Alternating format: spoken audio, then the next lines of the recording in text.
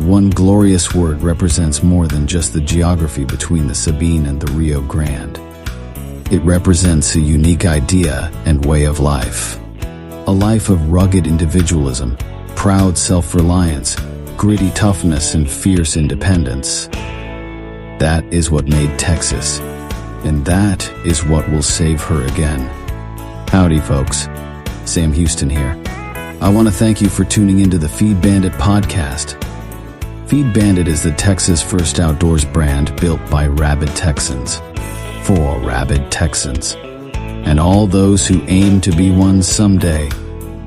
We unapologetically promote the ideals that shape our Texas pride and Texas first patriotism through our love of hunting, the outdoors, and the gear and apparel we create. Texas, above all else, preserve the tradition, protect the legacy.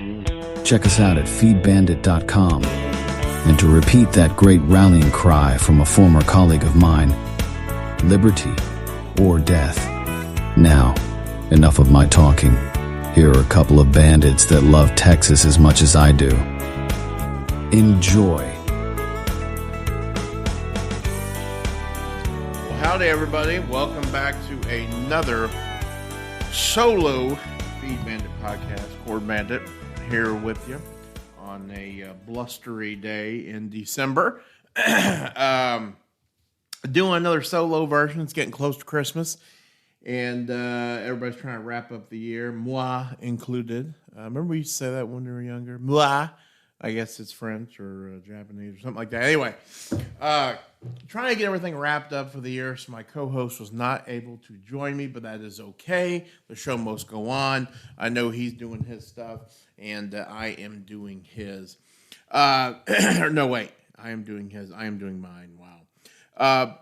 Right now, kind of interesting. I want to hit just kind of a variety of things on this one. No particular order, no particular topic. Just some interesting things that I've been kind of I've been looking at. So right now, the Texas High School Football State Championships are happening, and it's kind of cool because the coverage that you get to see is pretty cool.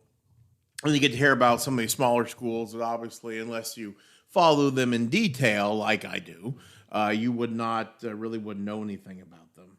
So one in particular, fascinating story. Listen to this. This is from a news station in Lubbock called KCBD. You know, as a tech, we used to watch them all the time. And so let's listen to this. This story about I'm assuming it's their running back or their quarterback. Let's see. It doesn't say, but he's either running back or a quarterback. Kind of looks like a quarterback, but it says, for the fourth straight year, and then in parentheses, first and 11 man, Grayson Rigdon is part of a state football title, one with Strawn, two with Benjamin, and one with Columbus. Absolutely fascinating. Rigdon ended up with 4 rushing TDs in Columbia's first ever state title, knocking off Malakoff 48-14, who entered Thursday's contest having won 31 straight. Okay, so here is this kid who, I again don't know the circumstances, but won a state championship with Strawn, okay, his freshman year. Then he went to Benjamin High for his sophomore and his junior year and won 2 state championships there. And then his senior year, he went to Columbus and won the championship there. And not only did he win the championship, but he knocked off, I guess, the defending 2 years defending state champion Malakoff, who had won 31 straight Texas high school football games. That is incredible. Now, losing 31 straight Texas high school football games is pretty easy, but winning that many is absolutely nuts. So it goes on to say Grayson ends his career with only 1 loss, and will play for Wyoming in both football and basketball. So, man, that is absolutely incredible. I would love to know more about about this kid. Also, of course, none of my business. I'd like to know why he went from Strawn north to Benjamin and then to Columbus. Well, I'm not exactly sure where Columbus is. It's 3A. I know that. So, but obviously, I know Strawn. That's Mary's Cafe. Literally one of the greatest deer hunting restaurants there is. Good luck trying to find a table in Strawn, Texas, at Mary's during deer season. It's absolutely slammed. And of course, Benjamin, very near and dear to my heart, off of 114, a school that I follow. Lost a heartbreaker this year to Jayton in the state semis. Of course, Jayton went on to Mercy Rule, another school, and win their first state championship since about 1970. So, anyway, very cool. But I saw that, and I had to share. It's just absolutely incredible, absolutely fascinating that this young man was able to, to put up that kind of a record. I mean, that is a hell of a career. So, well, good, good for him. It'd be interesting to see how he does in Wyoming. Moving on to more randomness, but some good stuff. Of course, you all know Lone Star Outdoor News is the preferred news source for Feed Bandit. It is. We absolutely love this newspaper. Again, we get it. I think it's monthly, bi-monthly. I can never remember, but it is our absolute favorite newspaper. And again, one of the reasons why I kind of harp on it like I do is that it covers so many wide varieties of topics. Okay, it's not just whitetail deer hunting. Okay. Which I love whitetail deer hunting, but like right here, they got an article. The pronghorn antelope, bighorn sheep, okay, mule deer, pheasant, okay, are some of those game species in Texas that nobody really talks a lot about. Now, of course, bighorn sheep can't really hunt them except by special permit, but pheasant you certainly can, and it's been very interesting to me. The time that we spent in Lubbock. I was never able to harvest a pheasant while we were up there in Lubbock, but sure ran into a couple when we were trudging through knee-high sedges trying to get into a tank to hunt ducks or something of that nature. But I wanted to read you this article again from the Lone Star Outdoor News, November 22nd edition. Not what you want to read, but we'll go ahead and read it here, and I've got some thoughts about it after we're done here. But pheasant numbers not improving. Hate to hear that. Pheasant season begins December 7th in Texas, but despite better habitat conditions this year, the long-term drought still impacted bird populations. We've had a fair share of weather and environmental extremes here in Texas this year, including wildfires, hurricanes, earthquakes. Not really sure about the earthquakes. I mean, there have been some. Not sure really affects the pheasant. Floods, droughts, tornadoes, and hail. Said Pheasant Forever Texas State Coordinator Thomas Janke. So conditions really vary depending on what part of the state you're talking about. In the short term, winter conditions were quite good for Texas pheasants, according to John McLaughlin, the upland game bird specialist leader for Texas Parks and Wildlife Department. Spring and summer weather was again a net positive across the state with ample rainfall and cool temperatures. But 2 good seasons don't make up for long-term trends. Extended and varied drought conditions since 2017 have left pheasant populations in Texas at probably one of the lowest points in recent memory, McLaughlin says. Conditions were good this year, and rangeland/grassland recovery is underway. But that does not negate the drought conditions that persist over the past few years. The northern panhandle is typically a stronghold for pheasant in Texas. Counties like Dallam and Sherman generally produce decent bird numbers. At the northern and western border, counties also see good production. Excuse me. Prospects for the fall are looking poor, McLaughlin said. It's likely to be restricted to core areas in the northern panhandle and high plain counties bordering New Mexico. Other hotspots may be out there, but they will need to be sought out.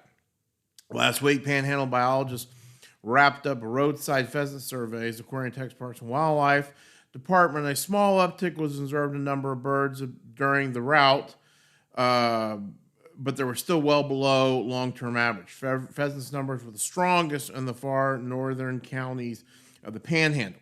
The general season for pheasant is in 37 Texas counties is December 7th through January 5th. Now that's kind of interesting. I actually thought that the Texas pheasant season was a heck of a lot shorter than that. Not like Texas mule deer short, which is only 2 weeks, but I thought it was a lot shorter than that. But that's kind of interesting. So the pheasant issue is very, very similar to quail, in my opinion. However, pheasant I think are more, and this could be completely and totally inaccurate and wrong. And if it is, please let me know. As I've always said, I'm not the master of this thing. This is just from trying to go back in my thinker here and think about things that I've read. But I think pheasants, unlike quail, are a little bit more reliant on agricultural production and lack thereof. So therefore, if a field is in, if a field is in CRP 1 year and then it flips over to, which CRP is really good, by the way. I mean, that's where you're going to get a lot of your brooding cover, your winter cover, your loafing cover, escape cover, all that kind of fun stuff. But then it would change over to cotton. Well, that's going to be a real big problem, okay? Or if it's going to be milo, and then all of a sudden they switch over to peanuts, that could be a problem. It almost seems as though pheasant are a lot more reliant, upon a more predictable agricultural crop, as it is, I guess, kind of in South Dakota, North Dakota. Not really. Well, yeah, North Dakota too, but Kansas and Nebraska, where it's it's primarily corn, things of that nature. So, here in the Panhandle, of course, it goes from cotton to various other things, depending on conditions and prices and things of that nature. So, I don't know what can be done to really, really help, the pheasant population in the state of Texas. Really, and of course, there's also, outside of the wildlife, outside of the agricultural aspects of it, the CRP programs are very, very important, and so keeping those non-plowed fields, letting them grow up with natural weeds and things of that nature, because obviously, as I said, that's where all the cover is, the seeds, things of that nature. So that's extremely important. But, thinking about it now, I almost kind of wonder, and maybe this is already being done, the Panhandle is so important for wintering migratory birds, so ducks, geese, cranes, and then, of course, other birds as well. That I'm almost kind of wondering, does it make sense for ducks and limited delta waterfowl and pheasants forever to try to come up with some sort of mutually benefiting program, to encourage them to grow more corn or more sorghum, things of that nature. How does that work? You know what I'm saying? I mean, because if it's dry land. Yeah, if it's a dry land scenario, well, there's no guarantee it's going to come up. There's no guarantee it's going to come up anyway, But I'm almost kind of wondering if those three organizations could put something together, to maybe, I hate to use the word incentivize, because, that money would have to come from some sort of federal government or from these organizations, which I don't know if they have the money to do it, but incentivize farmers to plant more food crops more routinely.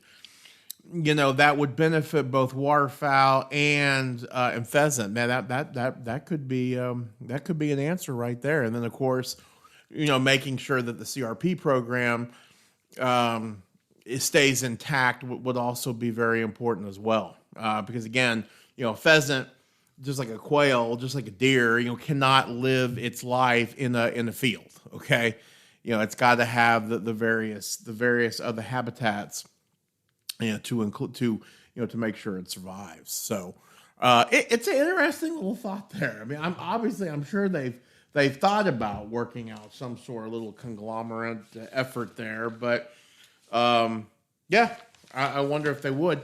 I wonder if they have. And you know, up there also, you know, they've got mule deer, okay, things of that nature. You know, mule deer numbers are not the best. So again, some sort of program. I'd throw in the Texas Mule Deer Foundation, okay, which I think, yeah, Texas Mule Deer, yeah, I think that's it, or it's a chapter of the Mule Deer Foundation. Could be really interesting. I'm not sure. If anybody has got any thoughts on that, please let us know in the comments. I'd certainly be curious to hear that. So, switching gears again, you know, here we go. This is kind of my my annual plea to everybody. You know, the season's wrapping up. Yeah, I get it. You spend a lot of your work time, a lot of your free time per se, you know, out there at your lease, things of that nature. You know, at your ranch, your farm, wherever you hunt. But man, oh man, oh man, when you're out there, man, take advantage of that time and start planning for the future. The way 2024 went, at least for me, it's going to be summer before you know it, man. So, you know, if you're out there, you've got the time, look at things that you can do and you can start doing now, okay, that's going to help you out. You know, for example, at Rancho Bandito, right now, we have a new implement that goes in the front of our skid steer, and it's actually, it's a device, and I'm going to talk more about it and probably do a video about it later on. Next couple months or so, but it's a device that goes on the skid steer that actually it's a grubber, in that it's a hydraulic pair of pullers, I guess you could say. I don't really know, and it literally just, you know, it opens them up and then it shuts them on the tree, and then it pulls them out of the ground. Okay, whereas, you know, the old way of doing it, and still very effective, is using the shears. Okay, well, the problem with the skid steer shears is that obviously it leaves a stump, and for the big ones it's not a big deal because they're not any, you know, issues to tires, but the little bitty ones are a big problem. So this device allows you, and I have not seen it in person, but the pulling devices, okay, the actual arms that grab the thing look to be, you know, 3 foot, something like that, maybe a little bit smaller. So you're able to grab multiple clumps of trees. And it's kind of interesting because as you lift it up, after you grab it and then you rip it from the ground, which you want to talk about something easy. Okay. It kind of bumps a little bit and all the dirt falls to the ground. Now that's unintentional. Okay. But it's really great because obviously we want to keep that soil there. And then there you go. You take it and you go stack it. So, I mean, obviously this is not a device that's going to be used for, you know, the big 4 or 5 inch diameter cedar trees. Okay. But for the small ones, it is absolutely perfect. And, you know, a lot of people would say, well, yeah, we'll get the small ones. Why they become big ones? Why wait, man? Why wait? You know, again, in our scenario, or excuse me, in our situation, and we own the property. Okay. So we own the property. You know, we need to be out there doing our work, getting things done, and you know, opening up these pastures for grazing and for deer, you know, for all kinds of wildlife. So you know, for us, this seems to be a real benefit. So I'm real excited to see how it goes, killing these little small ones, and we'll see how this goes. You know, the other good thing is, when we're out there with our skid steer, it's got tracks. You know, we're also out there, we're knocking down some of this grass. Okay. And that's not a bad thing. I mean, you were saying, well, grass, what about the cattle? No, that's very true. Right. But, you know, some of this grass we have not had a fire in a while, and that's another problem. But we haven't had a fire in a while. A lot of that grass sometimes will get kind of bitter and it'll lose its palatability. Okay, well, you run the skid steer over it, it knocks it down. It kind of gets that plant recharged. Okay, so just lots of benefits, you know, to doing this kind of stuff. And right now, everything's really kind of dormant too. Well, it should be dormant. We haven't even had our first freeze. It's in damn December. Don't get me started on that. But bottom line is, we're taking advantage of you know, some of this time that we've got, this, like, kind of away from where we deer hunt, out there in those pasture lands. It's benefiting everything from the cattle, you know, to the deer, to the birds, to everything. So, very, very, very, very, very, very good stuff, and very exciting. So, listen, I know it's a bummer. I know the end of the season's coming up, but And it really used to depress the hell out of me when I was a kid. Oh, and the deer season's here. This sucks, blah, blah, blah. But I enjoy the off season just as much as I do the deer season. So, and of course, dove season. That's my big thing. So, anyway, yeah. So, hey, there you go. There's almost 20 minutes of just random topics, but that's fun. I love doing these kinds of things. Man, we covered Texas high school football. We covered some off-season stuff. We covered a great article on pheasants from our friends at Lone Star Outdoor News.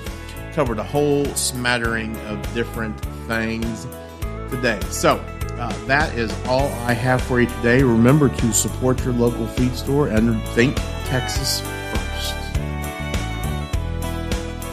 Well, I hope the Bandits gave you an interesting episode that either entertained or educated you. Or better yet, both. Hell, I told them this podcasting thing looks harder to do than defeating Santa Anna. So if you would, please help them out by sharing it with all your like-minded friends to help the Bandits get the word out. And don't forget to check us out at feedbandit.com and grab some gear and apparel to support the cause of Texas. Remember, Texas, above all else, preserve the tradition, protect the legacy. Finally, as I said some time ago on the eve of the great battle, and I vigorously repeat here again, be men, be free men, that your children may bless their father's name. Well, fellow bandit, until next time.